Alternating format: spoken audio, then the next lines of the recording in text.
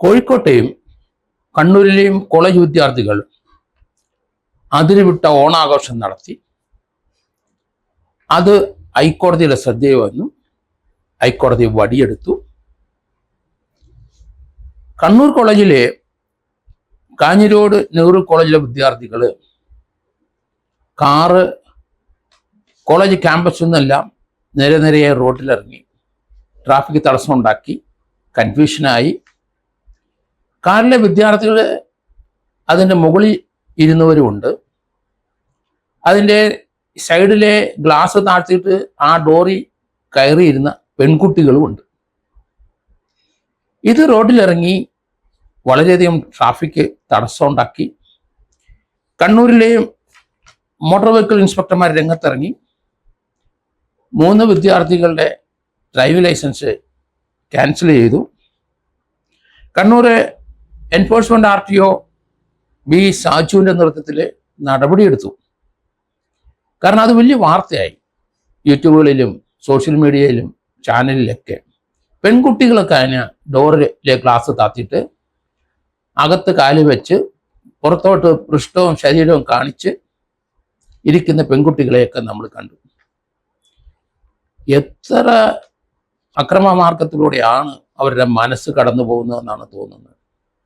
ഇങ്ങനെയൊക്കെ സഞ്ചരിച്ചാൽ ട്രാഫിക് തടസ്സം ഉണ്ടാവും. ഈ വാഹനം മറ്റു വാഹനങ്ങളിൽ ഇടിക്കും. എല്ലാവരുടെ ശ്രദ്ധ മാറും. ആ കോളേജിലെ അധ്യാപകർക്കെതിരായിട്ട് നടപടി വേണം.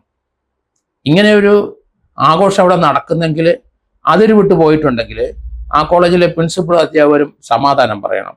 അവരുടെ കൺട്രോളിൽ കുട്ടികൾ നിന്നില്ലെങ്കിൽ തൊട്ടടുത്ത പോലീസ് സ്റ്റേഷനിൽ അറിയിക്കാൻ ബാധ്യസ്ഥരാണ്. അതുകൊണ്ടാണ് ഹൈക്കോടതി ഇപ്പം വടിയെടുത്തിരിക്കുന്നത്. പോലീസ് നടപടി എടുത്തില്ല, RTOക്കാരന്മാർ പ്രിവെന്റീവ് നടപടി എടുത്തില്ല. അങ്ങനെ വന്നപ്പോൾ ഹൈക്കോടതി ഡിവിഷൻ ബെഞ്ച് രംഗത്തിറങ്ങി. അത് നമ്മൾ ശ്രദ്ധയിൽ ഈ കാര്യങ്ങൾ കൂടുതൽ വരാൻ കാരണം ഹൈക്കോടതിയുടെ ഇടപെടൽ തന്നെയാണ്. ഹൈക്കോടതി ജസ്റ്റിസ് അനിൽ കെ നരേന്ദ്രൻ്റെ ഡിവിഷൻ ബെഞ്ച് കൃത്യമായ നടപടിയിലേക്ക് പോയി. ആ കുട്ടികളുടെ എല്ലാവരും വാഹനത്തിൻ്റെ ഡീറ്റെയിൽസ് വേണം, അവരുടെ വ്യക്തിപരമായ ഡീറ്റെയിൽസ് വേണം. അത് തന്നെയല്ല, മൈനറായ കുട്ടികളെ RTOക്കാർ ഇപ്പം തന്നെ IDTR അവർക്ക് നിർബന്ധ പരിശീലനത്തിന് അവരെ അയക്കാൻ ശ്രമിക്കുന്നു. ഇവർക്ക് എതിരായിട്ട് മറ്റു ചില നടപടികൾ വരുന്ന പൊതുജന സേവനം, ആതുര ശുശ്രൂഷ രംഗത്ത് ഇവർ സേവനം അനുഷ്ഠിക്കണം. അങ്ങനെയൊക്കെയുള്ള പണിഷ്മെൻറ്റുകൾ കൊടുക്കുന്നുണ്ട്. പക്ഷെ ഹൈക്കോടതി പറഞ്ഞത് മുഴുവൻ കാറിൻ്റെ വിവരങ്ങൾ വേണം, അതിൻ്റെ ഫോട്ടോ വേണം, അതിൽ ഉപയോഗിച്ച വിദ്യാർത്ഥികളുടെ അതിൽ കയറി കാറിൻ്റെ പുറത്തിരുന്നവരും സൈഡിലെ ഡോറിൽ കയറിയിരുന്നവരും ഒക്കെ അവരുടെ ഡീറ്റെയിൽസ് വേണം. അവരെ കോടതിയിൽ ഹാജരാക്കണം. അവരുടെ പേരൻസിനെ ഹാജരാക്കുന്നതായിരിക്കും നല്ല നടപടി എന്ന് എനിക്ക് തോന്നുന്നു. ഇത് നമ്മൾ റൂട്ടിൽ തന്നെ ഈ മുളയിലെ തന്നെ നുള്ളിക്കളയണം. അത് പോലീസ് ഡിപ്പാർട്ട്മെന്റിനോ അതുപോലെ മോട്ടോർ വെഹിക്കിൾ ഡിപ്പാർട്ട്മെന്റ് കഴിയാത്ത കാര്യങ്ങളിലേക്ക് ഹൈക്കോടതി വരുന്നത് അതുകൊണ്ടാണ്. ഇവർ ചെയ്യേണ്ട കടമകൾ അവർ ചെയ്യുന്നില്ല. ഇങ്ങനെ ഓണാഘോഷമായിട്ട് കുട്ടികൾ അവിടെ കാറുകൾ കൊണ്ട് കോളേജ് ക്യാമ്പസിൽ നിറയ്ക്കുന്ന കാണുന്ന പരിസരത്തുള്ളവർക്കും അവിടെയുള്ളവർക്കും എല്ലാവർക്കും അറിയാം എന്തുകൊണ്ട് അവിടുത്തെ മോട്ടോർ വെഹിക്കിളിന്റെ ശ്രദ്ധയിൽ ഇത് മുന്നേ തടയാൻ ശ്രമിച്ചില്ല. ഇത് റോഡിൽ ഇറങ്ങുന്നതിന് മുമ്പ് അവർക്ക് തടയണ്ടായിരുന്നു. അത് അവരുടെ പ്രിവെന്റീവ് മെഷറല്ലായിരുന്നു. അത് ചെയ്തില്ല. ഫറൂഖ് കോളേജിലെ കുട്ടികളും അങ്ങനെ തന്നെ. അവരും വില കൂടിയ കാറുകളിലാണ് എല്ലാവരും വന്ന് ആ ക്യാമ്പസും റോഡിൽ പരിസരത്തുമൊക്കെ അവർ വലിയധികം ട്രാഫിക് പ്രശ്നങ്ങൾ സൃഷ്ടിച്ചിരിക്കുന്നു. അവിടുത്തെയും കുട്ടികൾ ഇതുപോലെ വില കളറുള്ള വേഷങ്ങൾ ധരിച്ചിട്ട് ഫ്രണ്ട് ഡോറിൽ തന്നെ ഗ്ലാസ് താത്തിട്ട് അവിടെ തന്നെ 3 പേര് ഇരിക്കുന്നത് എനിക്ക് മനസ്സിലാകുന്നില്ല. 3 പേര് ഇരിക്കുന്നു അവിടെ, കാലകത്തോട്ടിട്ട് വെളിയിലോട്ട് തൂങ്ങിക്കിടക്കുന്നു. അതുപോലെ പിൻവശത്തെ റോഡുകളിൽ 1ഉം 2ഉം പെൺകുട്ടികൾ കയറിയിരിക്കുന്നു. ആ ഡോറിലെ വെളിയിലോട്ട് അവരുടെ ശരീരം മുഴുവൻ കാണത്തക്ക രീതി കാല് മാത്രമേ അകത്തുള്ളൂ. എത്ര അപകടകരമായ സിറ്റുവേഷനാണ്. എത്ര കുട്ടികൾ മരിക്കും. ഇവർ കാണിക്കുന്നത് എന്താണ്? സമൂഹത്തിനോടൊരു കടപ്പാടില്ല ഇത്രയും പ്രായമായിട്ട് ഇവർക്കൊക്കെ. കാരണം അതൊക്കെ മാതാപിതാക്കളും സാറുമാരും ശ്രദ്ധിക്കേണ്ട കാര്യങ്ങളാണ്. അത് ശ്രദ്ധിക്കുന്നില്ല. അതിന് വിട്ട് കുട്ടികൾ ഇതുപോലുള്ള പ്രവൃത്തി ചെയ്യുമ്പോൾ അത് ഇന്റർഫിയർ ചെയ്യണം. പ്രിൻസിപ്പളും സാറുമാരും മാത്രമല്ല പൊതുജനങ്ങളും അത് ഇന്റർഫിയർ ചെയ്യണം. മൈനറായ കുട്ടികളാണ്. 17 വയസ്സേ ഉള്ളൂ, 18 വയസ്സ് തികഞ്ഞില്ല. അത് തന്നെയല്ല, 18 വയസ്സ് കഴിഞ്ഞവരും ഈ രീതിയിലെ കോളേജ് വിദ്യാർത്ഥികൾ ഈ രീതിയിൽ പ്രവർത്തിക്കുമ്പോൾ അത് ഇടപെട്ടേ പറ്റുള്ളൂ. നിരത്തിലിറങ്ങാൻ എന്താണ് അവർക്ക് അവകാശം? കുറേ വർഷങ്ങൾക്ക് മുമ്പ് ഇതുപോലെ ഓണാഘോഷം നടത്തി തിരുവനന്തപുരം എഞ്ചിനീയറിംഗ് കോളേജിനകത്ത്. അവിടെ ഇതുപോലെ വാഹനങ്ങൾ അങ്ങോട്ടും ഇങ്ങോട്ടും, അത് രൂപമാറ്റം വരുത്തിയ വാഹനങ്ങൾ ധാരാളം വന്നു. കുട്ടികൾക്കൊക്കെ അത് രസമാണ്. ആ ഗ്രൗണ്ടിനകത്തിട്ട് വട്ടം ആ വാഹനങ്ങൾ ഓടിച്ചു.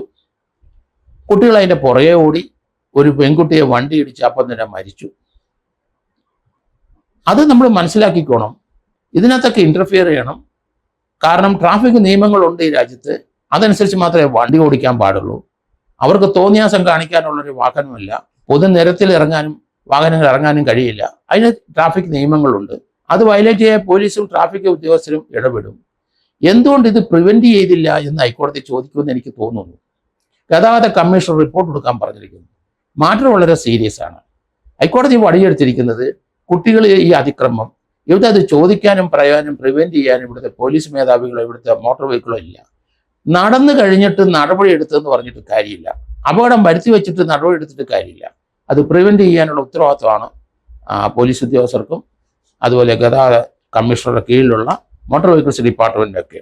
എന്തായാലും കണ്ണൂർ ഇതിലെ എൻഫോഴ്സ്മെന്റ് 3 കുട്ടികളുടെ അവരുടെ ലൈസൻസ് സസ്പെൻഡ് ചെയ്തിട്ടുണ്ട്. നല്ല കാര്യം.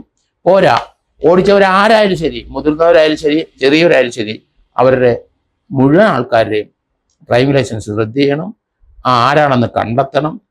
അതുപോലെ തന്നെ രൂപമാറ്റം വരുത്തിയ എഞ്ചിനിലോ അതിൻ്റെ സൈഡിലോ ഡോറിലോ ഒക്കെ രൂപമാറ്റം വരുത്തിയ വാഹനങ്ങൾ ഇമ്മീഡിയറ്റ് ആയിട്ട് പിടിച്ചെടുത്ത് അതിന് ശക്തമായ പെനാൽറ്റി അടിക്കേണ്ടി വരും. അതുപോലെ ഫറൂഖ് എഞ്ചിനീയറിംഗ് കോളേജിൻ്റെ ഇടയ്ക്ക് ഈ വില കൂടിയ ഓഡിയോ കാറുകളും കണ്ടു. അവരുടെ വീട്ടിലേക്ക് എന്ത് ഉത്തരവാദിത്തമാണ് മാതാപിതാക്കൾ ഇക്കാര്യത്തിൽ? അത്രയും വില കൂടിയ കാറ് കൊടുത്ത് മകനെ കോളേജിൽ വിടുക, ഇതൊക്കെ ഒരു പരിഷ്കാരമാണ്, പണത്തിൻ്റെ ഹുങ്കാണ് എന്നെനിക്ക് തോന്നുന്നത്. ഇതൊന്നും വകവെച്ചു കൊടുക്കാൻ കഴിയില്ല. പണം ഉണ്ടെങ്കിൽ അതുപോലെ കാറ് വാങ്ങിച്ച് നിങ്ങൾ ഒളിച്ചു നടന്നോളൂ.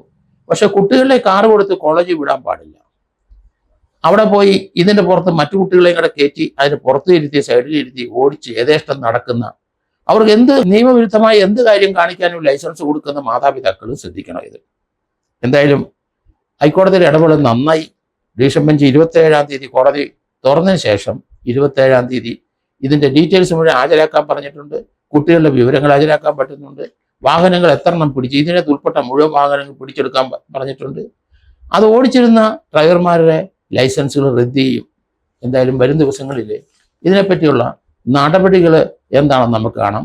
ഹൈക്കോടതി വഴിയെടുത്ത് കഴിഞ്ഞിരിക്കുന്നു. സൂക്ഷിച്ചു വേണം മോട്ടോർ വെഹിക്കിൾ ഡിപ്പാർട്ട്മെന്റും അതുപോലെ തന്നെ പോലീസ് ഡിപ്പാർട്ട്മെന്റും ഗതാഗത കമ്മീഷണറും മാതാപിതാക്കളും ഇക്കാര്യത്തിൽ ഇനിയുള്ള കാര്യങ്ങൾ അവരുടെ ഭാവിയിലെ കാര്യങ്ങളും ഒക്കെ തീരുമാനിക്കാൻ എന്തായാലും വരും ദിവസങ്ങളിൽ കൂടുതൽ ഉത്തരവുകൾ ഹൈക്കോടതിയിൽ നിന്ന് ഉണ്ടാകുമെന്ന് കരുതുന്നു.